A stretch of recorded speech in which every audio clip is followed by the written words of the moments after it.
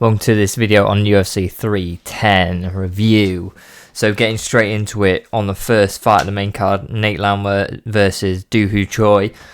Doo Ho Choi obviously coming out and showing an amazing performance. I thought he would do okay on the feet. I thought they both looked themselves open on the feet, and I thought Nate Landwehr would win it with having the better chin, but overall Doo Ho Choi came out there and did an amazing display on a fighter that I highly respect in that division. I think Nate Landwehr is strong. He's got a good enough chin, and Doo Ho Choi pieced him up on the ground and on the feet. I think it was an amazing performance. It really showed where he was, and I think that's the big thing. He's really showed where he is now in that division.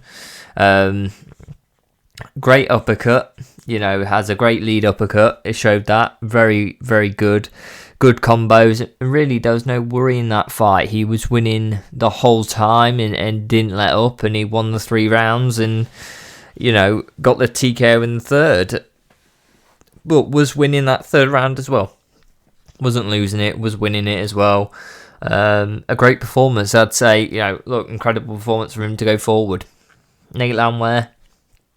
Look, that was not a great performance, but is that because Doo Ho Choi is actually that next level above him? Could be. Let's see how Doo Ho Choi does, but I think Landwehr needs to go back to the drawing board a bit on the ground. He was the one getting punished on the ground rather than the other way round, which I thought Landwehr would have the better ground game, but clearly didn't.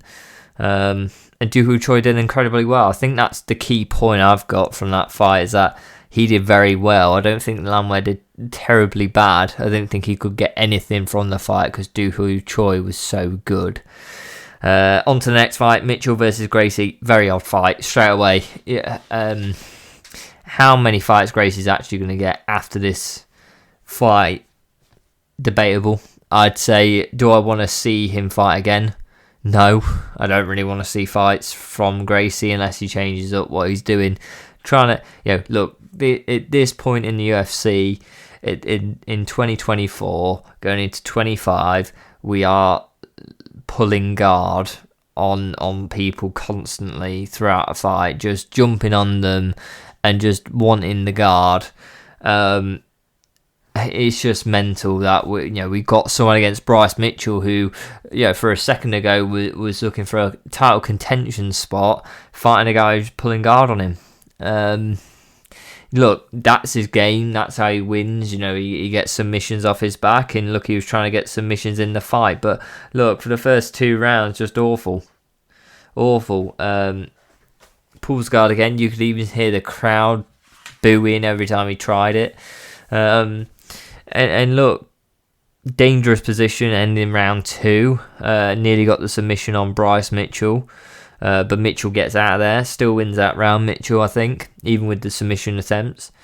But what Bryce Mitchell did, which was incredibly good in the round 3, he went to jump on the guard again. Bryce Mitchell puts his forearm, and rewatch it because the commentary didn't get this quite right first time out. They thought it was just the elbows he was throwing on the ground.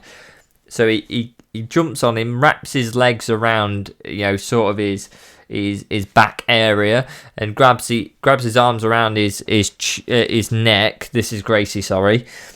And Mitchell goes, okay, fine. Gets his forearm basically below the chin, so right on the neck, and then basically goes and just drops sort of like a power bomb onto the floor, but with his forearm and elbow going straight into his neck and chin area, and then basically it sort of stunned Gracie enough to allow Mitchell to pound the body a bit and then go for the elbows over the top, getting and look, one elbow hits him and he's gone, to be honest. But it all started off, and really I think the major point was, it all started off with that nice little bit of getting that forearm in there, and then just chucking yourself onto the floor, knowing that he has to go with your momentum. He's got no way of stopping himself, and he got knocked out. And I'm glad for that. Mitchell, great fight from him. And look, I don't want to start seeing this pull guard style where nothing else happens but pull guard for the whole fight, and you get a submission at the end of it, and look, it's just not what we're going for anymore. To get to there needs to be more elements to the game from Gracie if he's ever going to compete at the top level. Yes, he'll beat some guys who are one-dimensional and can't defend, but look, or he'll get lucky against better guys. But overall, it's a tough one. I don't want to see him fight, and that's the big thing. The UFC is entertainment, and there was no entertainment from that fight, really. When Gracie was pulling guard, everyone booed. It just tells you the story of what people thought. And what I thought at home, it was awful to see. Pulling guard, doing nothing for 2 whole rounds and pulling guard, and even in the third trying to pull guard again. Yeah, okay, he tried to get submissions at the end of round 2, but even then, look, it's 30 to a minute worth of action for a 10-minute worth fight. At that point, it's terrible, especially at the level that we're talking about Bryce Mitchell. Getting on to the next fight, Gane versus Volkov. Good fight. I think overall Volkov did well enough to win this. I think Gane definitely won round 1. Volkov definitely won round 2 though. Round 2 was definitely Volkov. Good punches, amazing shot, stunned Gane in there with a spinning back fist. Volkov, it was incredibly fast as well. It was incredible to see a guy that big just spin, bang, hits him straight on the chin, stuns him. Incredible punch, and kept gets so. Yeah, it's a good fight there. I think round 2 Volkov. So going into the third round, I think you've got a tie there, and I think Volkov wins round 3. Overall, getting top position, doing very well to stay on top and control it. I had Volkov winning 29-28. Look, the decision was that Gane won 29-28 on a split decision. I don't think anyone, even the commentary, didn't believe that. Even Gane didn't. Gane literally left the cage, and him and his team left the cage thinking they'd lost. Tells you everything really a bit, especially when everyone else is going, yeah, you lost as well. It's not like he took massive punishment. His whole team were thinking the same thing. Bit crazy, to be honest. And look, I picked Volkov to win. Was I wrong? Yeah, probably not. Officially, yes, but yeah, when everyone but the judges think he won, I think that's a bit crazy. Even the person facing him and his team are thinking he lost. Yeah, a bit of an odd one. I think a bit of review is needed of the judging, to be honest. Okay, it's close, but come on. Round 1 Gane, but you have to give round 2 to Gane.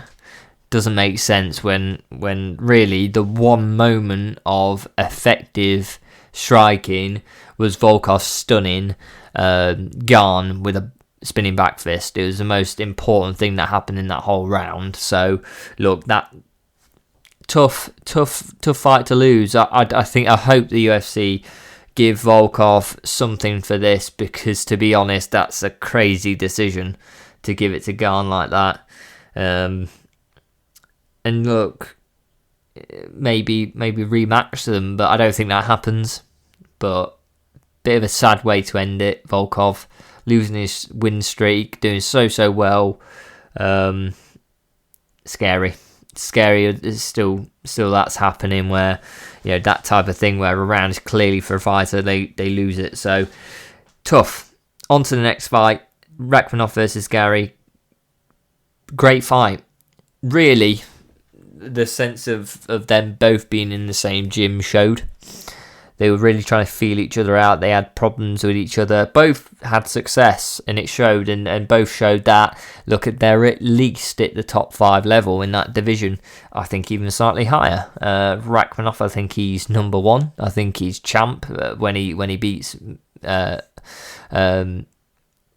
champion currently, Bilal, but who was there that night and got 25 minutes of time to see the two that he may face in the future. But yeah, who do I put top of that division?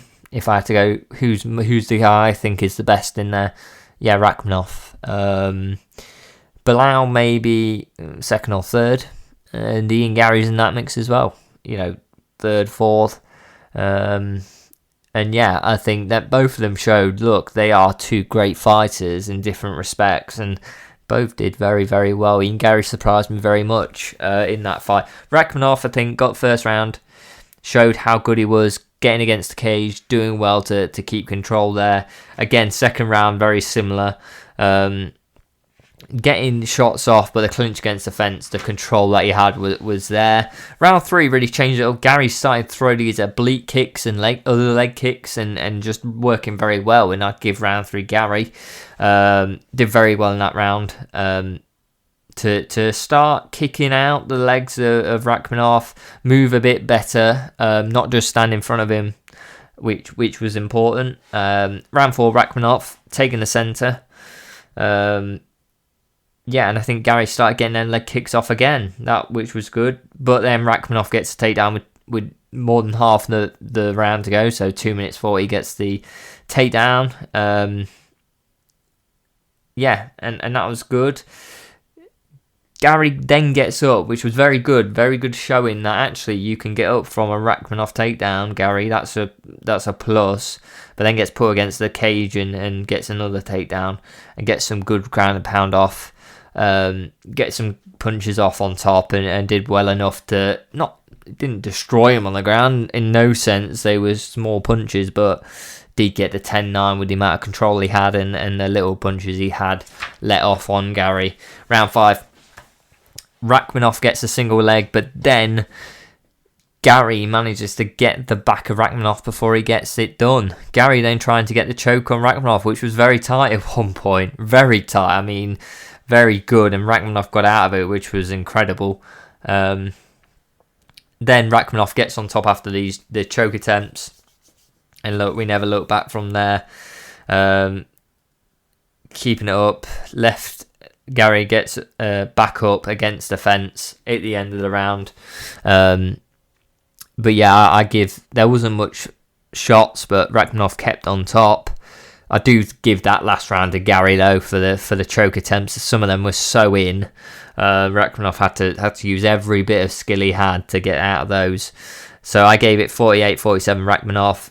Official decision. All three judges gave it the same way I did. 48-47 Rachmanov. Great fight. Showed both and I put it top of their game.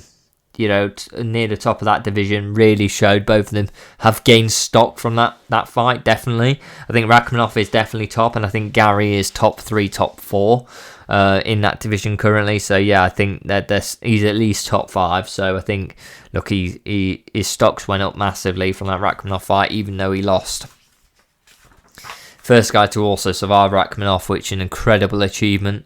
And I do think Gary on the feet is good. I think also they would benefit from having someone they haven't trained with before. I think some parts of the fight they were feeling each other out because they knew what each other could do. Whereas, look, people who are less experienced with the other fighter, I think they have more success than they did in that fight. I think Gary has more success and Rachmanov has more success against someone they haven't trained with before. On to the final fight of the evening, Pantoja versus Ashikura. Pantoja straight away getting that pressure on, getting some punches out there, hitting Ashikura very hard, going straight for the KO, really. Good right hand before getting a clinch against the fence. Pantoja then gets the takedown. Amazing. Ashikura manages to get out of it very well. Very fast get up as well at this point in the fight as well, with being dry. Ashikura then very fast leg kicks getting sent out, and very fast in general. Very good movement. Just the kick was powerful, but also super fast, and it was like, okay, that could be a problem. Pantoja didn't allow it to be a problem though as I go forward. So Ashikura closes the distance fast and catches Pantoja with a punch. Pantoja, good combo, and then a knee near the end of the round. 10-9. Pantoja did more damage near the start, did more damage near the end. Got the round for sure. Round 2, good jab by Pantoja. Pantoja then takedown attempt. but moves around the back. So basically, when they're going, each went for the takedown, but then just gets the back, which was incredible. Now on his back against the fence while standing, so Ashakura is basically holding the weight of Pantoja on his back like a backpack against the fence, and then gets him to the ground, gets the body triangle in, and he's just waiting to get that choke in. Has to mix it up. Ashakura does well to defend at the start, but can't keep Pantoja off him. You give him a body triangle on the back with the ability Pantoja's got. There's nothing but a choke finish coming. He's getting that submission, so gets the submission, does very well, but look, really puts Pantoja in the question of, look, some legends in that division, Demetrius Johnson, you put in there, going here, look, he did incredibly well. Campan, did you ever think someone could do as good an achievement as he did in the flyweight division? And look, Pantoja's not up there yet, but you could see it happening where actually you're questioning in a few years' time who's the better. And I think, look, also Pantoja, who does he fight next? I think that's the question as well. Look, Ashakura got beat very decisively. He's had, who is he fighting next? There's Royval, who's just got a win, but again, he's already been defeated twice, very soundly the second time. It's tough. There needs to be some new people getting that name in that flyweight division for Pantoja to even look at fighting them, unless he's looking to go up a weight class. So, look, Pantoja, very, very good fight. Shows, look, this could be a close one. Depending on how well he does in the future, Demetrius Johnson is starting to look behind him, because that Pantoja's coming for who is the best ever.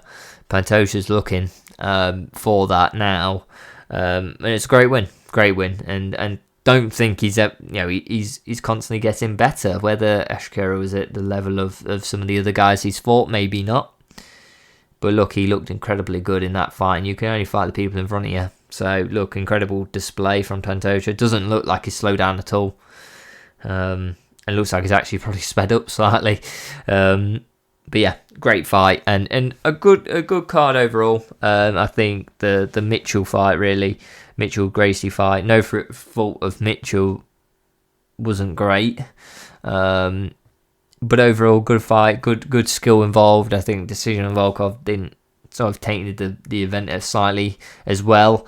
But not bad. I won't kick and scream about UFC 310. I think in a good card to really end the year. So yeah, please let me know what you guys thought in the comments down below. Like, subscribe, and I'll see you next time.